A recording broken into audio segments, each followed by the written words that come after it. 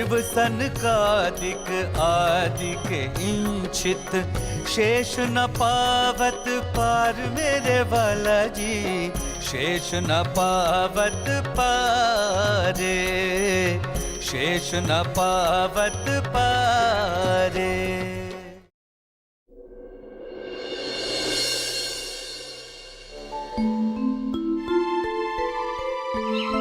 मैं कौन हूँ?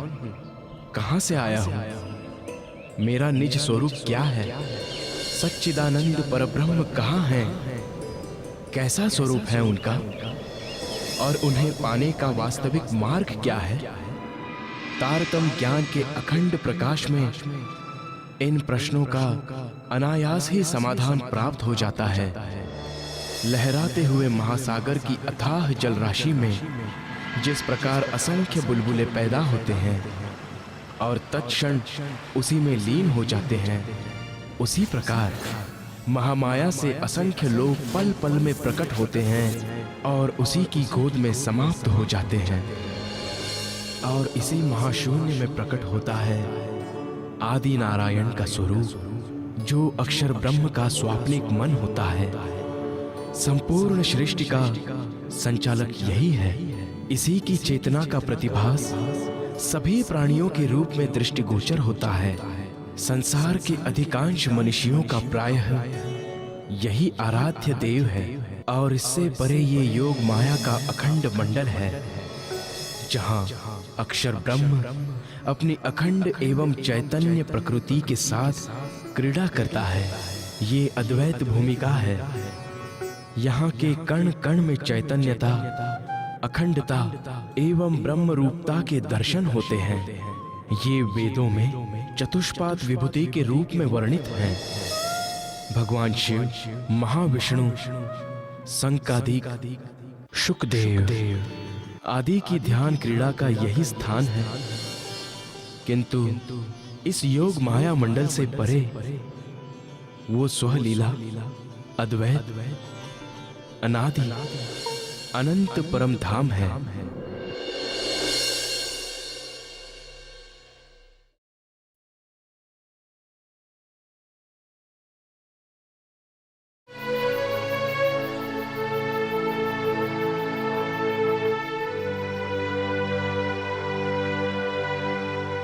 देवचंद्र सो गया? हाँ।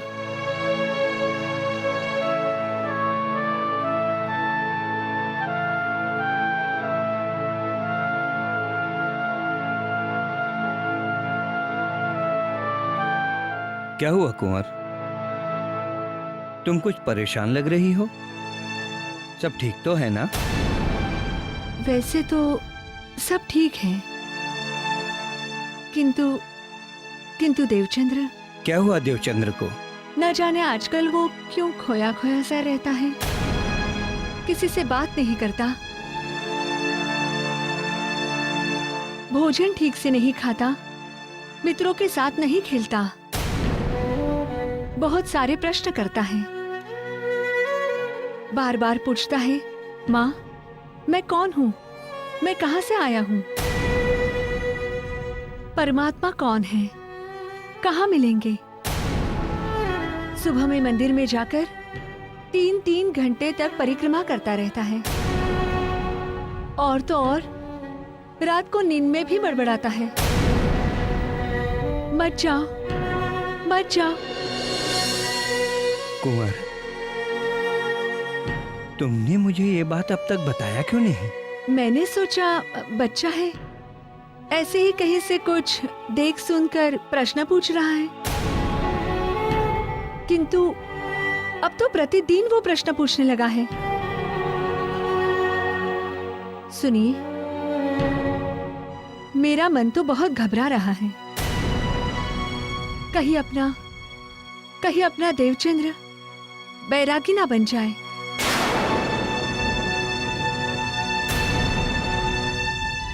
घबराओ मत कुंवर, होगा वही जो परमात्मा चाहेंगे। याद है ना तुम्हें, पंडित जी ने कहा था कि हमारा ये बेटा कोई साधारण बालक नहीं है। नहीं, ऐसा नहीं हो सकता। आप ऐसा मत कहिए। वो बैरागी नहीं बन सकता। मैं उसे बैरागी नहीं बनने दूंगी। आप उससे बात कीजिए ना। ठीक है, मैं कल ही उससे बात करता हूँ। बात क्या करना है जी? आप तो उसे अपने साथ व्यापार में काम में लगा दीजिए। काम करेगा तो सोचने का समय भी नहीं मिलेगा, है ना? ठीक है, ये अच्छा सुझाव है। मैं शीघ्र ही व्यापार के लिए भुजनगर कच्छ जाऊंगा और उसे भी अपने साथ ले जाऊंगा। ठीक है, अब तुम सो जाओ।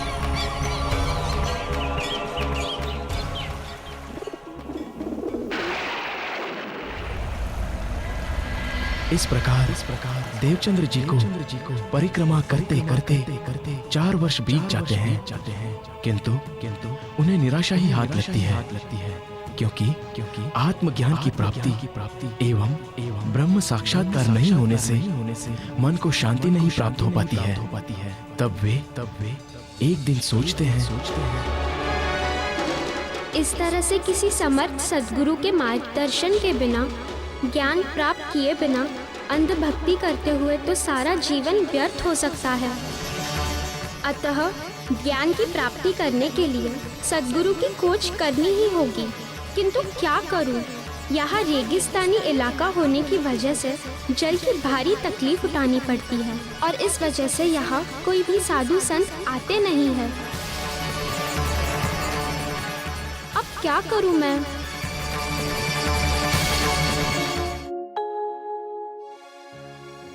मृग जल से जो त्रिखा भाजे, तो गुरु बिना जीव भव से पार पावे। अनेक उपाय करे जो कोई, पर बिंद का बिंद में समावे। पर बिंद का बिंद में समावे।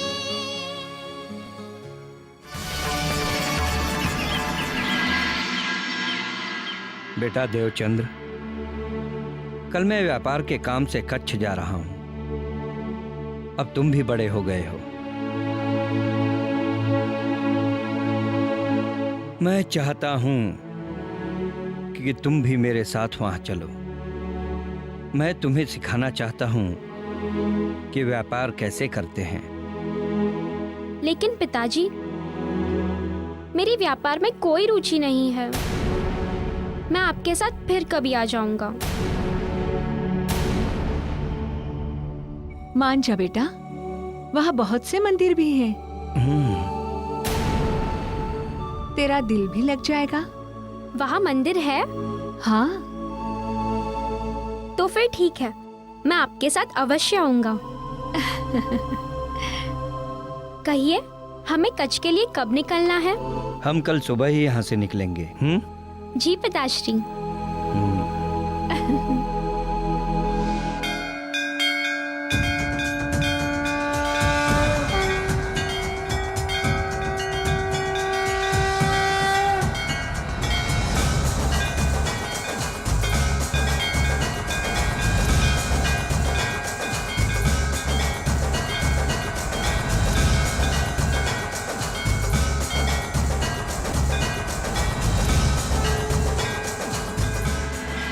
यहाँ तो चारों तरफ हर गली में एक से बढ़कर एक मंदिर है। जगह जगह सत्संग हो रहे हैं। मैं किस मंदिर या आश्रम में जाऊं जहाँ मेरी जिज्ञासा शांत हो सके? पुत्रदेव, मुझे व्यापार के लिए कुछ इधर उधर घूमना पड़ेगा। और तुम एक काम करो, तुम उस सामने वाली मंदिर में जाकर विश्राम करो। मैं कुछ ही देर में आके तुम्हें मिलता हूँ। ठीक है पिताजी।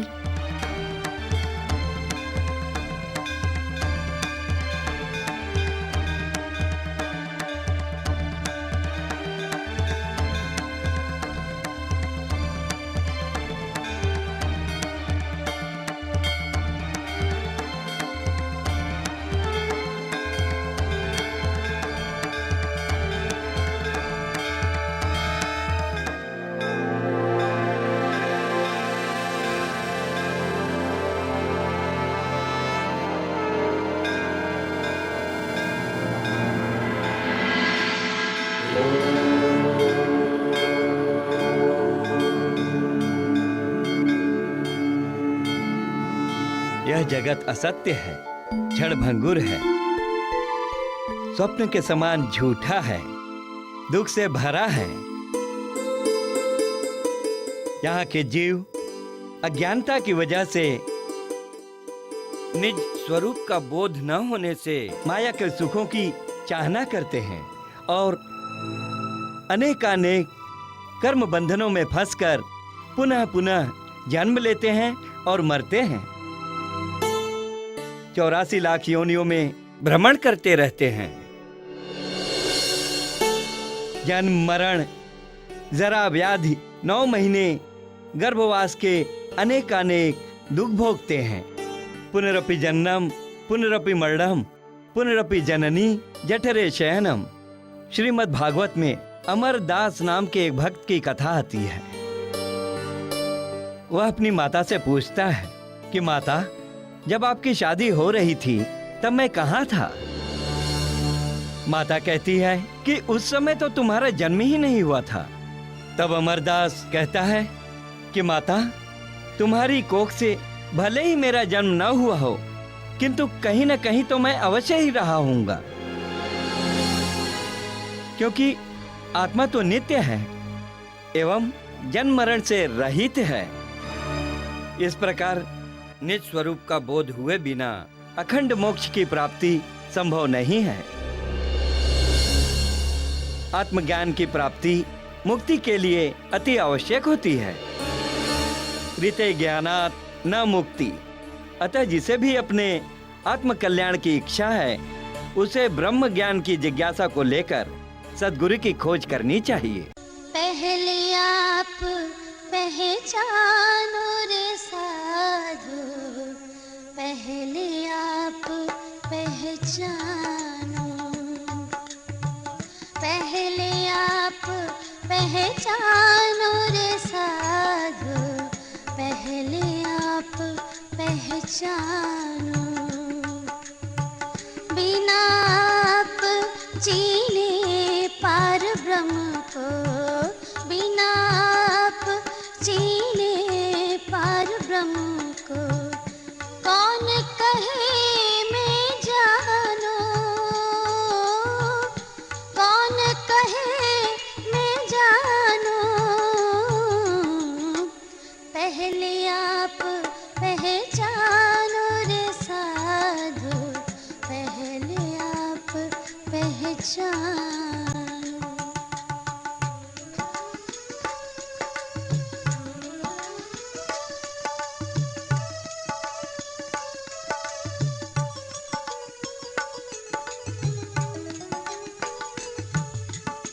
पीछे ढूंढो घर अपनो, कौन ठोर ठहरानो। पीछे ढूंढो घर अपनो, कौन ठोर ठहरानो। जब लग घर पावत नहीं अपनो, जब लग घर पावत नहीं अपनो, सो भटकत फिरत भरमा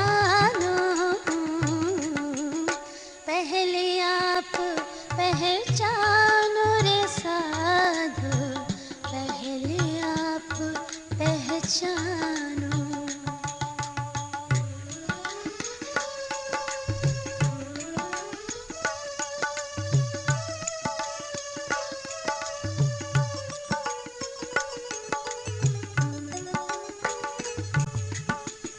बोले चाले पर कोई ना पहचाने, परखत नहीं परखानो।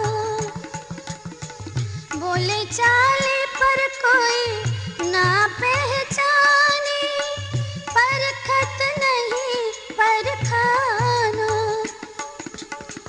महामत कहे माहे पार खोजोगे, महामत कहे माहे पार खोजोगे, तब जाए आप औल खानो। पहले आप पहचानो रे साधु, पहले आप पहचानो। ये संत बहुत पहुँचे हुए ज्ञानी लगते हैं। ये सच कह रहे हैं। आखिर मैं कौन हूँ? अनेकानेक जन्मों से भी पहले, सृष्टि रचना के पहले मेरा स्वरूप क्या था? मैं कहाँ था? मैं भवबंधन में कैसे आया?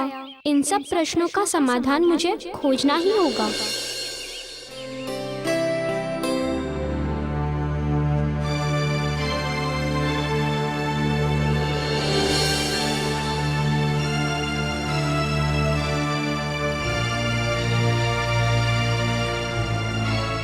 चलो बेटा।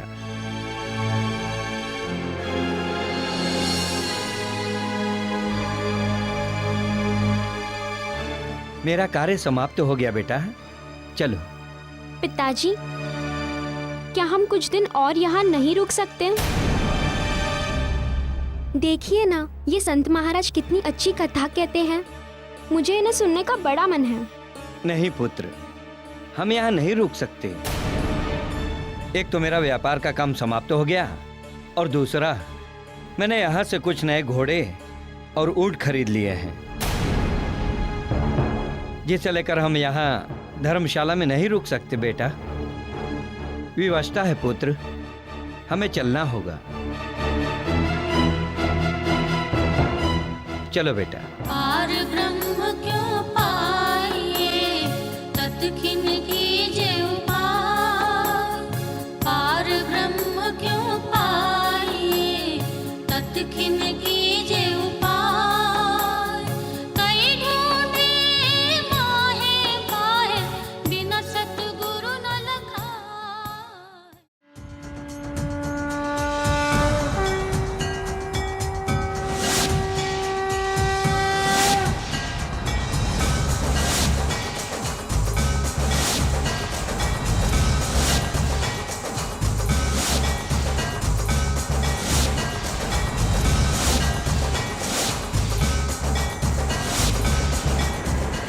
आत्मज्ञान की प्राप्ति मुक्ति के लिए अति आवश्यक होती है।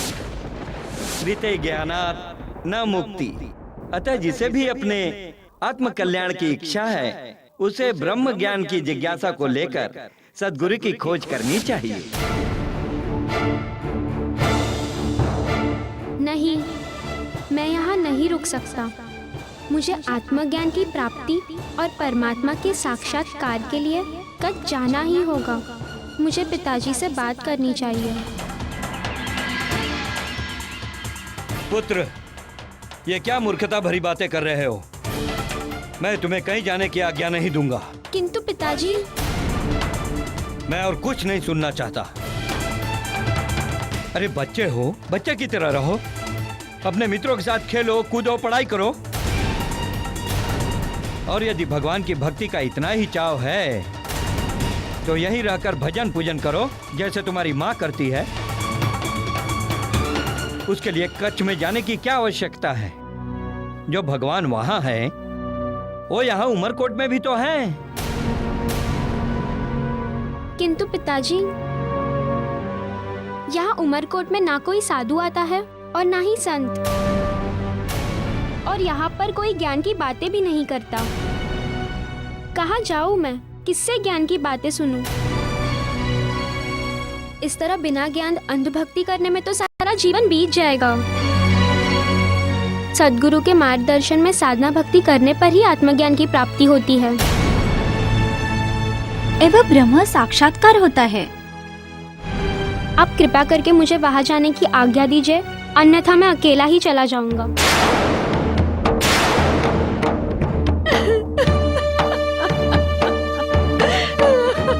देखा, अपनी बातों से रुला दिया ना माँ को। क्यों कर रहा है तू ऐसा? क्या कमी है तुझे इस घर में? बोल। बेटा, मैं तेरे आगे हाथ जोड़ती हूँ, यहाँ से जाने की बात मत कर। मैं जीते जी मर जाऊंगी, मैं जीते जी मर जाऊंगी। समझने की कोशिश कर, वैसे भी अकेले जाना खतरे से खाली नहीं है। गांव से बाहर लंबा रेगिस्तान है।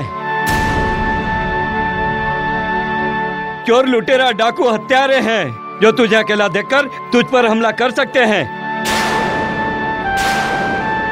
फिर भी तुझे अगर कच्छ जाना ही है तो थोड़े दिन रुक जा। मैं व्यापार के लिए कच्छ जाने ही वाला हूँ। तू मेरे साथ चलना, बस।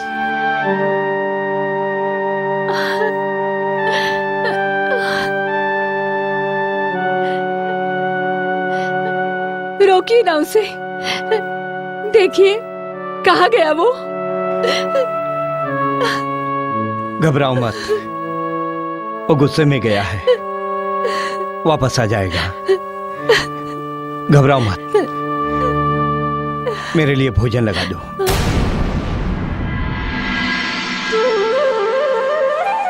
अरे तू यहाँ पे क्यों बैठा है? चल खेलते हैं। मेरा मन नहीं है मोहन। क्या हुआ तेरे मन को? मुझे कच्छ जाने की तीव्र इच्छा है। क्यों वहाँ जाकर अपने पिता की तरह व्यापार करेगा? ऊंट और घोड़े खरीदेगा? नहीं भानु, मुझे वहाँ जाकर परमात्मा के दर्शन करने हैं एवं ज्ञान प्राप्त करना है। लगता है ये जोगी बनेगा। तेरे मन में कच्छ जाने की इच्छा है तो तू कच्छ जाता क्यों नहीं? पिताजी अभी अभी वहाँ से आए हैं और इतने जल्दी वे जाने वाले नहीं हैं। और रहा प्रश्न मेरा, तो वो मुझे अकेले नहीं जाने देंगे। मैं क्या करूं? कैसे जाऊं कच्छ? एक उपाय है। सुना है उमरकोट के राजकुमार का ब्याह कच्छ की राजकुमारी से हो रहा है और यहाँ के महामंत्री जी उनकी तलवार लेकर बारात सहित जा रहे हैं। डाकुओं के भय से शादी में राजकुमार की जगह उनके प्रतीक के रूप में तलवार ही ले जाने की परंपरा है। उनके साथ में 200 घुड़सवार और एक रथ भी है, तो उनके साथ चला जा। यदि ऐसा है तो मैं भी उन सबके साथ कच्छ अवश्य जाऊंगा।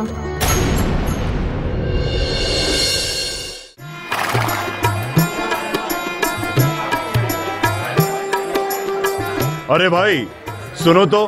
प्रणाम। यात्रा का सारा प्रबंध ठीक से हो गया ना? जी मंत्री जी, यात्रा की सारी तैयारियां हो चुकी हैं। यात्रा के लिए आवश्यक सारा सामान, भोजन, पानी आदि सबकी व्यवस्था हो चुकी है। मैं स्वयं सबका निरीक्षण कर चुका हूँ। बस आपके अगले आदेश की प्रतीक्षा है। ठीक है, हम कल शाम को 4:30 बजे अपनी यात्रा का आरंभ करेंगे। तुम सब तैयार रहना। जी मंत्री जी। प्रणाम मंत्री जी, मैं मत्तू मेहता का पुत्र देवचंद्र हूँ और आपके साथ कच्छ जाना चाहता हूँ। क्या आप मुझे ले चलेंगे? हाँ हाँ, क्यों नहीं। तुम अपना ऊँट या घोड़ा लेके आओ, हम तुम्हें भी साथ ले चलेंगे। क्यों? ऊँट या घोड़ा क्यों? देखो बेटा, हमारे पास जितने ऊँट और घोड़े हैं उन पर सवारी पहले से ही निर्धारित हो चुकी है, इसलिए तुम्हें अपनी सवारी का प्रबंध तुम्हें स्वयं ही करना होगा। यह तो बहुत कठिन है मंत्री जी, क्योंकि मेरे पिताजी ऐसी आज्ञा नहीं देंगे। फिर तो हम तुम्हें अपने साथ नहीं ले जा सकते। आप चिंता मत कीजिए मंत्री जी, मैं आपके साथ पैदल आ जाऊंगा। बस आप मना मत कीजिए। कैसी मूर्खता भरी बातें कर रहे हो लड़के। इतनी लंबी यात्रा है, किसी बड़े आदमी के बस की भी बात नहीं है। फिर तुझ जैसा छोटा लड़का कैसे आ पाएगा? जा बेटा, घर जा। जाना तो मुझे है ही, चाहे जो भी हो, किंतु जब मुझे पैदल ही जाना है तो इनसे अनुमति लेने की क्या ज़रूरत है। इनके पीछे पीछे ही चला जाऊंगा मैं, यही ठीक रहेगा।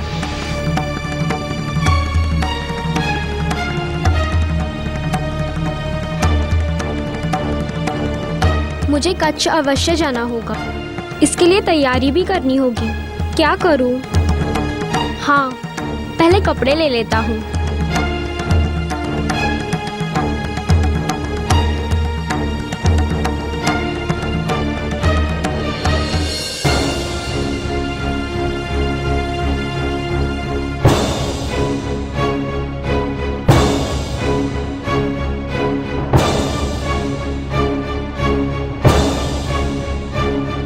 चलते चलते थक गया तो निमछा काम आएगा बिछाने के लिए। कुछ पैसे भी रख लेता हूँ। समझने की कोशिश कर, वैसे भी अकेले जाना खतरे से खाली नहीं है। गांव से बाहर लंबा रेगिस्तान है, चोर लुटेरा डाकू हत्यारे हैं जो तुझे अकेला देखकर तुझ पर हमला कर सकते हैं। मुझे अपनी आत्मरक्षा के लिए हथियार भी रखना होगा।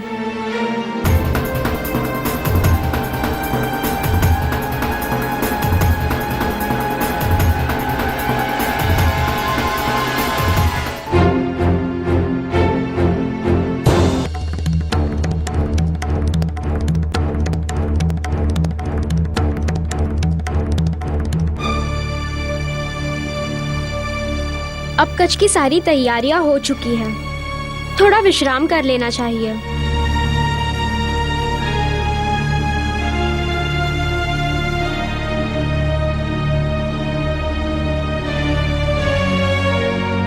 शाम के 4:30 बजे जब राजकुमार जी की बारात निकलेगी तब उनके पीछे चुपचाप यहाँ से चला जाऊंगा।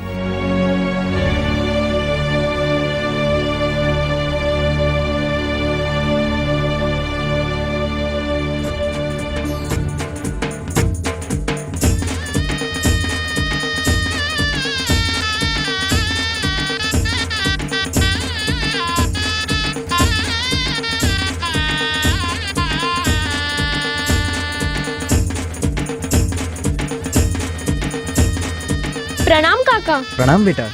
ये शोर कैसा है? ये हमारे राजकुमार जी की बारात कच्छ के लिए प्रस्थान कर रही है, ये उसी का नाद है।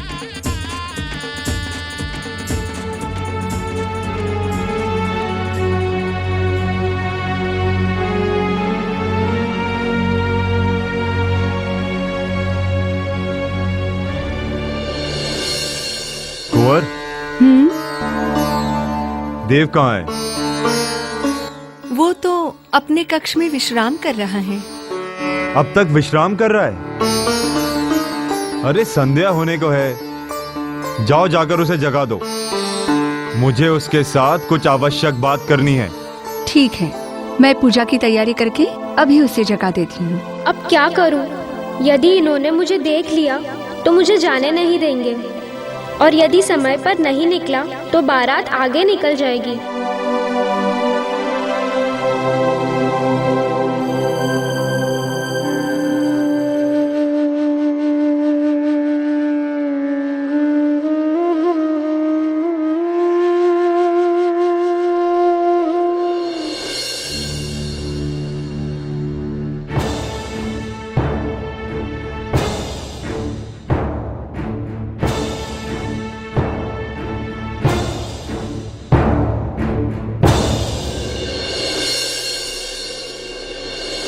प्रणाम काका।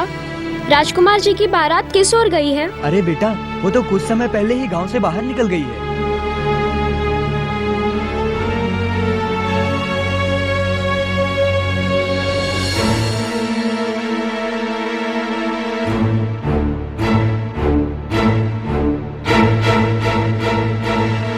अरे काका रुकिए। क्या हुआ बेटा, क्या बात है? क्या आप मुझे बता सकते हैं कि राजकुमार जी की बारात किस ओर गई है? उनकी बारात तो इस ओर दक्षिण दिशा की ओर गई है, लेकिन वो तो अभी काफी दूर निकल चुकी है। वो जो धूल उड़ रही है वो बारात के जाने के कारण ही उड़ रही है। पर तुम क्यों पूछ रहे हो? क्षमा करना काका, अभी इस सब के विषय में आपको नहीं बता सकता। मुझे बारात तक पहुंचना है। बेटा, किंतु बिना किसी सवारी के तुम बारात तक कैसे पहुंच पाओगे? आप चिंता मत कीजिए, मैं दौड़ के वहां पहुंच जाऊंगा।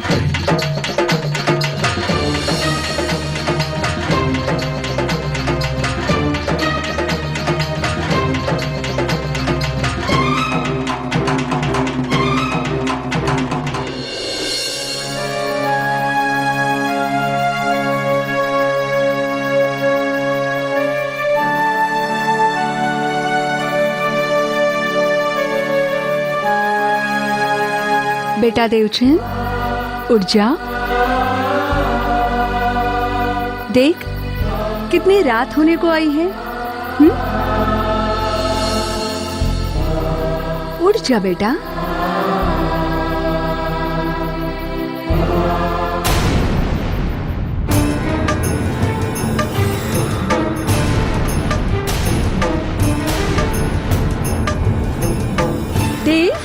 देवचंद्र, देवचंद्र, हे परमात्मा, ये सब क्या हो गया? देवचंद्र के वस्त्र कहाँ हैं? अजय, अजय सुनिए, सुनिए, स्वामी अंदर आइए ना। क्या बात है कुंवर? देखिए, देखिए क्या हुआ? हमारा देवचंद्र घर छोड़ के कहीं चला गया है स्वामी।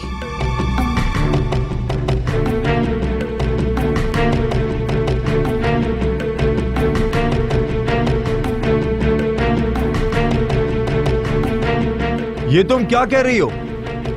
मैं सत्य कह रही हूँ स्वामी, सत्य कह रही हूँ। देखिए, देखिए उसका संदूक, इसमें उसके वस्त्र नहीं है।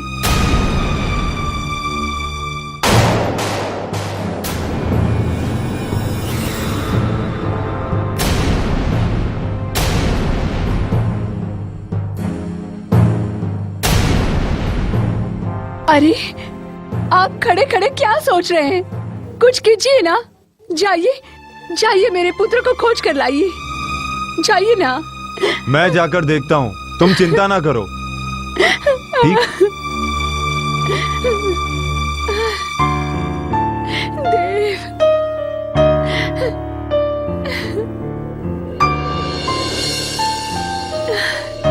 देव, कहाँ चला गया मेरा पुत्र? कहाँ चला गया? अपनी माँ को छोड़कर कहाँ चला गया?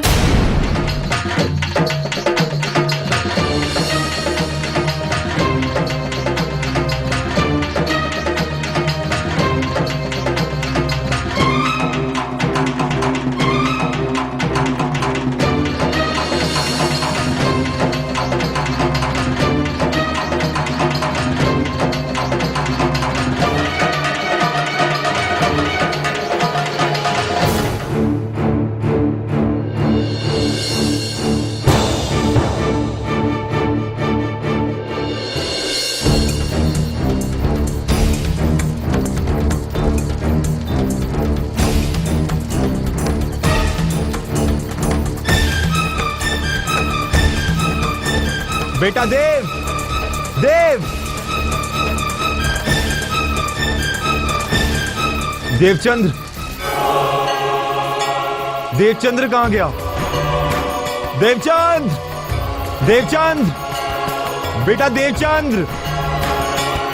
अरे शार्दुल भाई, यहाँ आइए, इधर आइए, इधर आइए, आइए। शार्दुल भाई, आपने देवचंद्र को कहीं देखा है? नहीं भाई, मैंने तो नहीं देखा है, लेकिन हुआ क्या? क्या बताऊं, वो कहीं दिख नहीं रहा है, घर से गायब है। अरे भानु, इधर आ, अरे इधर आना, अरे आना। बेटा तूने कहीं देवचंद्र को देखा? वो तो हमें आज नहीं मिला, हम स्वयं परेशान हैं। वो हमारे पास आया क्यों नहीं? मत्तू भाई, घबराओ नहीं, हो सकता है वो मंदिर की ओर गया हो। चलो, मैं भी तुम्हारे साथ चलकर उसे ढूंढता हूँ। चलो चलो, जल्दी चलो, चलो जल्दी। कहीं वो सच में ही तो कच्छ नहीं चला गया है। कर हिम्मत बांध कमर, ले हुकुम सब साथ, धनी साथ हो जान के, और छोड़ सब साथ, और छोड़ सब साथ।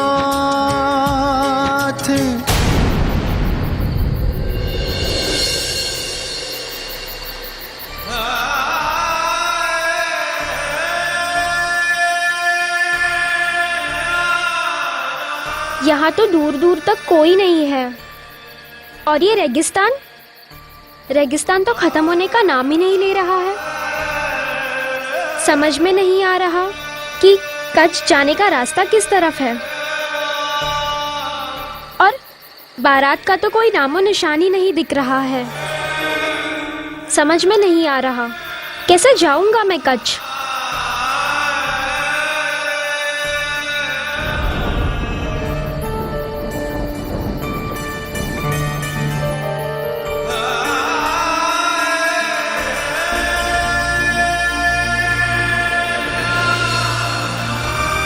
पिताजी शायद सत्य कह रहे थे, लेकिन मेरा तो अटल निश्चय है, कैसे भी कच्छ पहुंचना ही है। मुझे किसी एक दिशा में चलना ही होगा। शायद कोई राहगीर मिल जाए। हे परमात्मा, आप ही मुझे कोई राह दिखाइए कि मैं किस दिशा में जाऊं।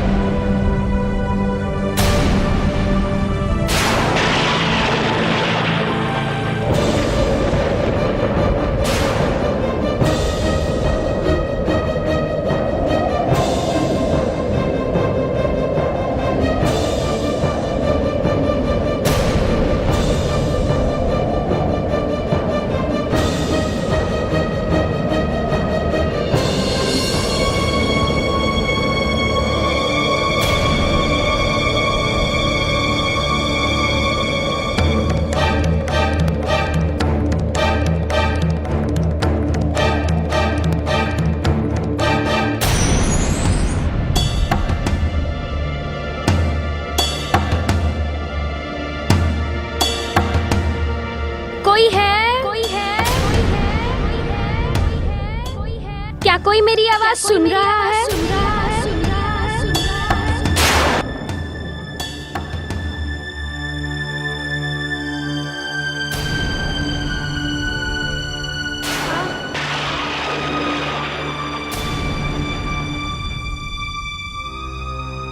अब क्या करूं?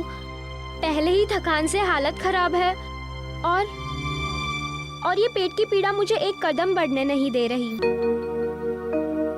जो जानो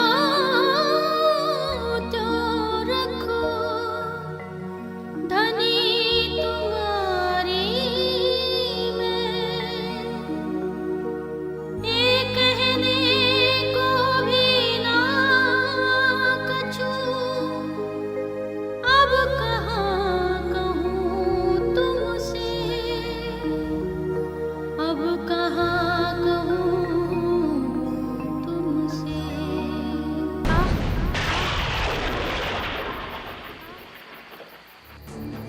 हे प्रभु, मेरे प्राणों की रक्षा आप ही के हाथों में है। मैंने सुना है कि आप अपने भक्तों की रक्षा अवश्य करते हैं, तो इस भक्त की भी रक्षा कीजिए, अन्यथा इस पीड़ा से और इस थकान से मैं मर जाऊंगा।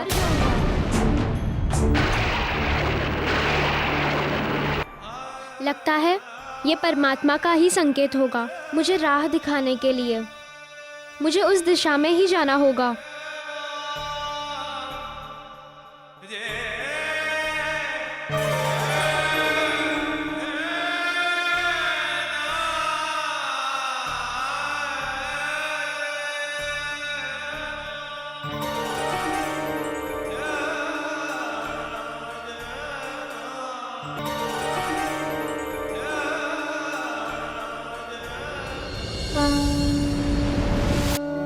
ए सुख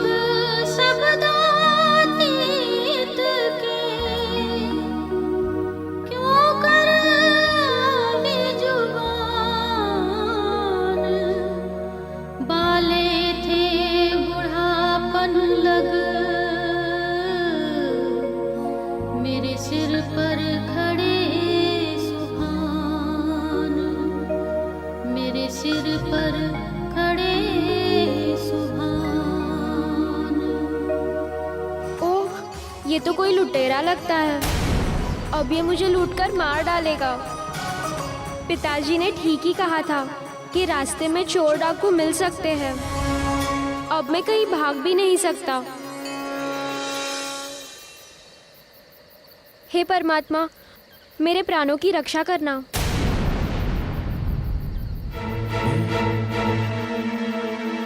ए लड़के, जो तूने अपनी कमर में हथियार लगा रखा है वो मुझे दे दे।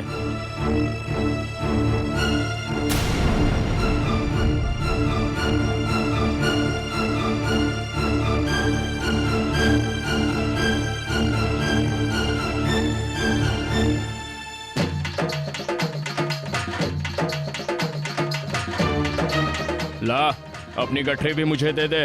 अरे देख क्या रहा है, जल्दी दे दे।